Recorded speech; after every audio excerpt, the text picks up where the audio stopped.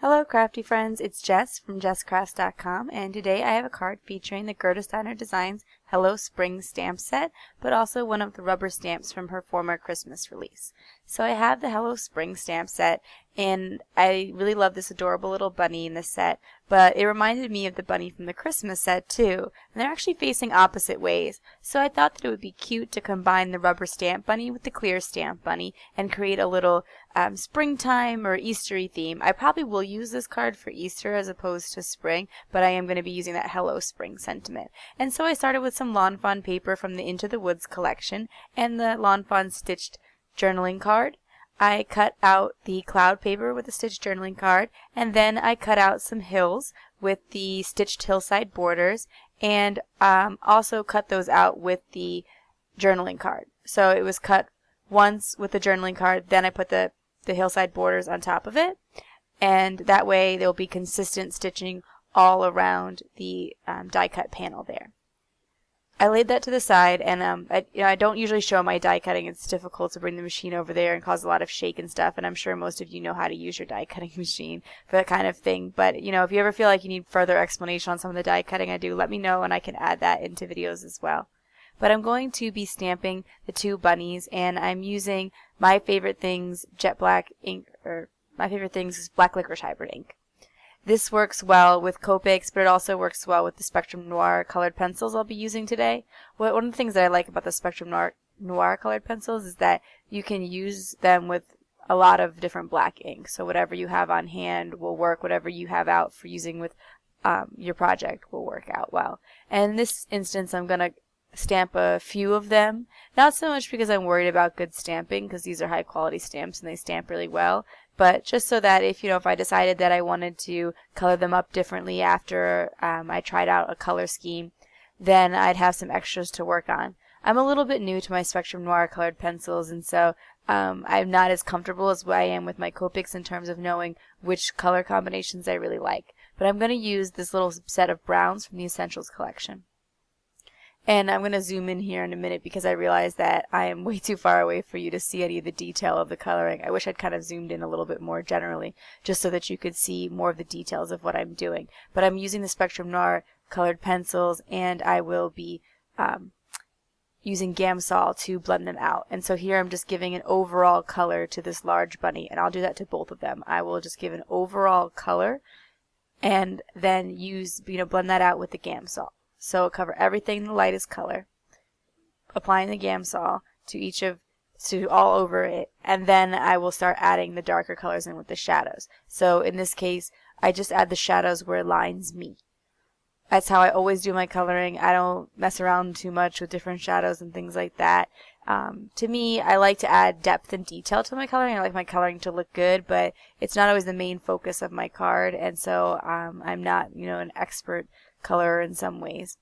And so I'm also going to give it the effect of his head being rounded by adding some darker shadows on the left and right side of the head and leaving the middle lighter, so again that it appears that it has that rounded look. And I'll be touching in a little bit of pink from the same Essentials collection to his ears and blending that out.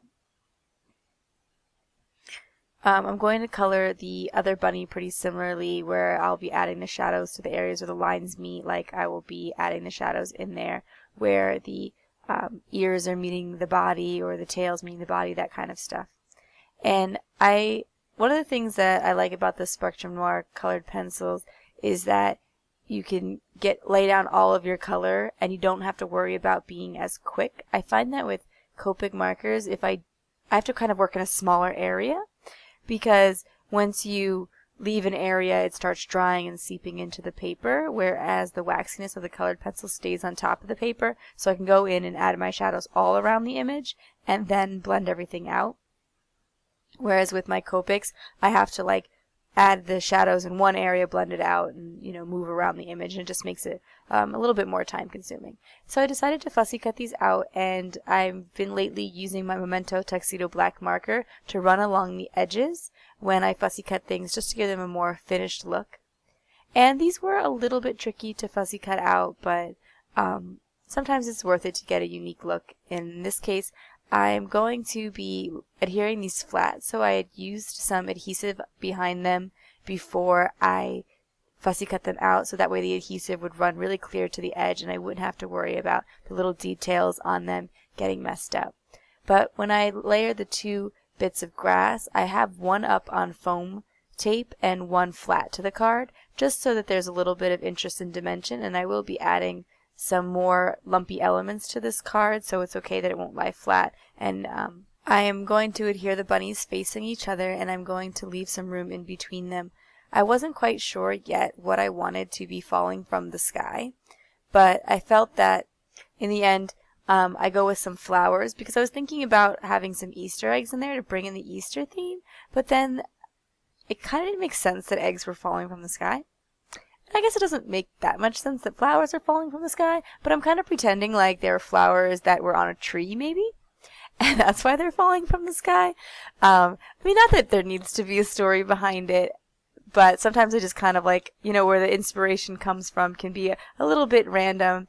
And in these scene cards, I try to make sure it makes a little bit of sense, but it's really more about it being fun. And I just added some paper from the original Let's Polka collection, and I believe the other one is from the Into the Woods collection. It's just a scrap that I had that blue paper, and the pink is from Let's Polka. And I'll wind up pulling the pink back in later when I add the sentiment, but I just wanted to make sure that I brought it to a little bit more of a spring place, and nothing in the Into the Woods collection quite read a spring enough for me, because it's a fall collection pack. So, there's a lot of oranges and browns, that kind of stuff, and I wanted to just, brighten it up a little bit. So I have this jar of these super tiny little Prima flowers, and I've had them for years, and I don't use them that often. And so once I got started playing around with them, I decided to just go to town, and I put a whole bunch on this particular card, and I was thinking that it might be worth it to make a couple more like this, maybe with some different animals. I have, other sets from Gerda Steiner, but also, other sets from different companies, and I could choose cute little critters to be looking at each other, and put the flowers down in between them to use up some of this massive collection of these little tiny flowers. And in this case, I decide to go with the purple because I have lots of different ones of the purple, and so it'll just be a little bit more interesting, and all the colors will flow really well. I also liked the purple because of the colors that I had some greens and blues, but I knew they wouldn't really stand out. And then a lot of neutral kind of colors, and I really wanted something fun and springy because I had a lot of blue, and I wanted something purple, something yellow, something fun, and so purple worked out. And once I lay these down, I don't know how I'm using multimedia map, by the way, for that. I always feel like I have to put something in the center of these flowers. And I know there's you can use them without, and I've seen where it looks really beautiful like that too. But I also have a huge collection of gems. These in particular are ones that are actually in the shape of a word, but I just cut them apart and take the gems out of them. And so I felt like this is a great opportunity to use up some of these flowers and use up some of these gems. So if you have hordes of craft supplies from years of collecting like I do, maybe this card will inspire you to really kind of pare down that collection by making a couple of nice fun spring cards, as flowers are perfect for spring. And then I decided to pull the pink back in with this round sentiment circle, and it's cut with the circle stitch stackables from My Favorite Things to tie in with the stitching on the journaling card that I used from Lawn Fawn earlier. And I decide also that I'm going to pop this up on foam tape, again to just kind of even out the dimension, because the grass was on foam and the flowers have a little bit of dimension, and so that way just kind of the whole card will lay a little bit nicer if I decide to mail it, because the foam tape will compensate there. And so that's it for my card today. If you like this video, you can give it a thumbs up. If you're interested in more crafty videos, you can subscribe to my channel. I'm going to leave you links to the products in the video description below, including this Hello Spring set from Gerda Steiner Designs. Thanks for watching. Bye.